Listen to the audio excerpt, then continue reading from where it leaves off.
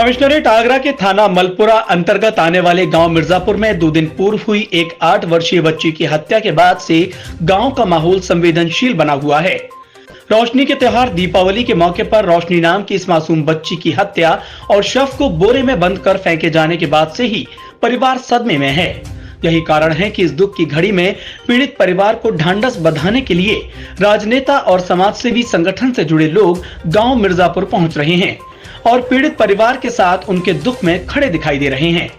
आगरा ग्रामीण विधानसभा से पूर्व विधायक कालीचरण सुमन और राष्ट्रीय महिला सुरक्षा बोर्ड के पदाधिकारी सलमान अब्बासी, करुणा नागर एवं अध्यक्षा सादिया वारसी भी पीड़ित परिवार से मिलने पहुंचे और उनके दुख में शामिल हुए।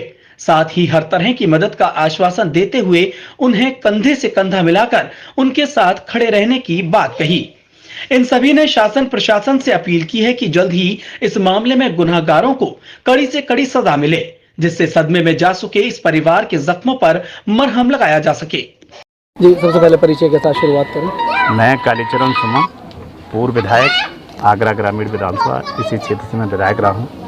ये जो घटना हुई है इसके बारे में बताएं। और जैसा कि ग्राम मिर्जापुर के अंतर्गत बहुत ही कमज़ोर परिवार, गरीब परिवार, बालिन समाज की बेटी जिसका नाम रोशनी, और दिवाली के मौके पर रोशनी परिवार में होनी चाहिए।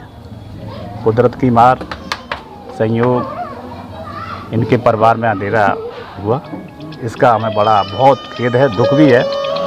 और जिसने भी इस बेटी के साथ जघन्य अपराध किया है उसको कम से कम फांसी लगनी चाहिए, फांसी की सज़ा मिलनी चाहिए, क्योंकि अपराध बहुत ही जघन्य है। मासूम बेटी है, नाबालिग बेटी है, 8 साल की बेटी है, और परिवार वाले बहुत ही दुखी हैं। ये इनके पिताजी खड़े हैं बेटी के। और जैसा कि हमारी एक मांग और है प्रशासन से, वैसे प्रशासन अपना काम कर रहा है, निष्पक्ष काम करेगा ऐसी उम्मीद है। कोई निर्दोष फंसना नहीं चाहिए, जल्दबाजी में किसी के ऊपर खोल दिया जाए ऐसा भी हम नहीं चाहते हैं, और कोई दोषी बचना नहीं चाहिए। इसके अंतर्गत जो भी हो, जैसा भी हो, अपराधी कहीं भी छिपा हो, अपराधी के साथ ऐसा व्यवहार होना चाहिए जैसा कि आने वाली पीढ़ी, आने वाला समाज इस बात से विचार करे कि गलत काम करके गलत नतीजा होता है। ऐसी हमारी आप लोगों से मांग है। हम चाहते हैं कि जो पीड़ित परिवार है उसको हिम्मत, साहस मिले, और पूरा गांव मिर्जापुर और आसपास के लोग इनके साथ हैं, हम लोग भी साथ हैं और आप लोग भी साथ हैं। उन्हें प्रशासन से मांग करते हैं कि परिवार को आर्थिक मदद भी मिलनी चाहिए और इनके साथ इंसाफ होना चाहिए। इंसाफ की मांग हम लोग करते हैं। ठीक है।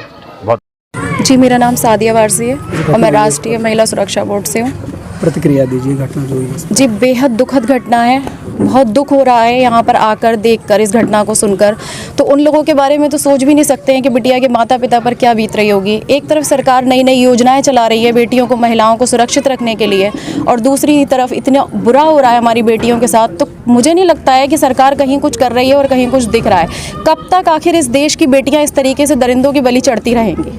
बहुत ही दुख की बात है कि ये घटनाएं रुक नहीं रही हैं और प्रतिदिन बढ़ती चली जा रही हैं।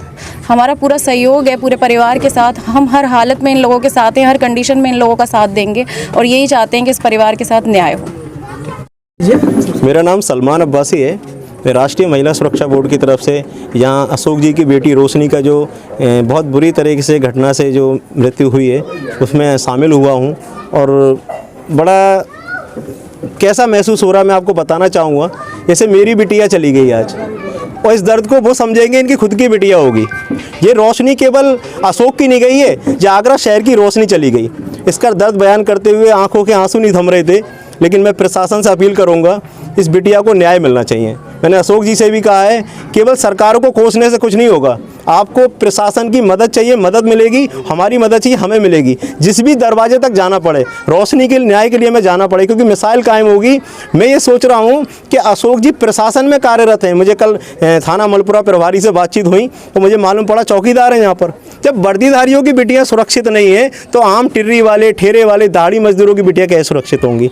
सोचने का विषय, चिंता का विषय है। तो मैं सभी से कहूँगा, जब बेटियों की बात आए तो सारे भेदभाव भुलाकर, गिले शिकवे भुलाकर बेटियों की हिफाजत में लग जाइए, सुरक्षा में लग जाइए। मैं सभी से ये कहना चाहूँगा। परिवार से आपकी बात हुई, परिवार इसमें क्या चाह रहा है, अब किस तरह की बात? परिवार तो देखो कुछ कहने की स्थिति में नहीं है। परिवार न्याय चाहता है। बिटिया गई है, घर का चिराग बुझ गया। हमारे सरकारें, हमारे नरेंद्र मोदी जी कहते हैं बेटियां पढ़ेंगी जब तो आगे बढ़ेंगी, लेकिन मैं कहना चाहूँगा बेटियां बचेंगी जब तो आगे बढ़ेंगी, जब तो पढ़ने जाएंगी। उनका मेन मुद्दा हमें बेटियों की सुरक्षा का है। हम सरकार से और मुख्यमंत्री से अनुरोध करेंगे बेटी सुरक्षा के लिए जो कदम और बेहतरीन तरीके से उठाए जा सकते हैं वो प्रशासन से उठवाएं और फिर से किसी की रोशनी या चिराग बुझ ना जाए। इस दौरान मृतक मासूम बच्ची के पिता बेहद पीड़ा में दिखाई दिए और उन्होंने बताया कि जिस तरह उनकी बच्ची के साथ ये जघन्य अपराध किया गया है, उसके बाद उनकी सिर्फ एक ही मांग है और वो ये है कि इस घटना के दोषी को कड़ी से कड़ी सजा दी जाए। यही नहीं, मृतक मासूम बच्ची के पिता पुलिसिया कार्रवाई से भी असंतुष्ट दिखाई दिए और सूबे के मुखिया योगी आदित्यनाथ से इनकी बेटी के मामले में दखल देकर कार्रवाई कराने की मांग की।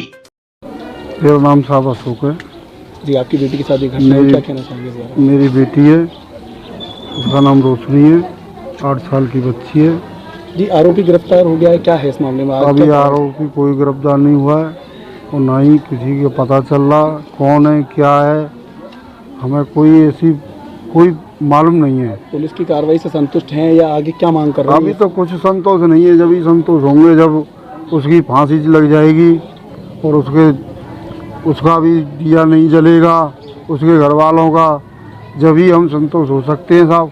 और निर्दोष फंसना नहीं चाहिए कोई भी, और जिसने किया है उसको सिर्फ फांसी, इसके अलावा और कुछ नहीं, फांसी लगनी चाहिए। के मुखिया योगी जी से कोई मांग करना चाहेंगे?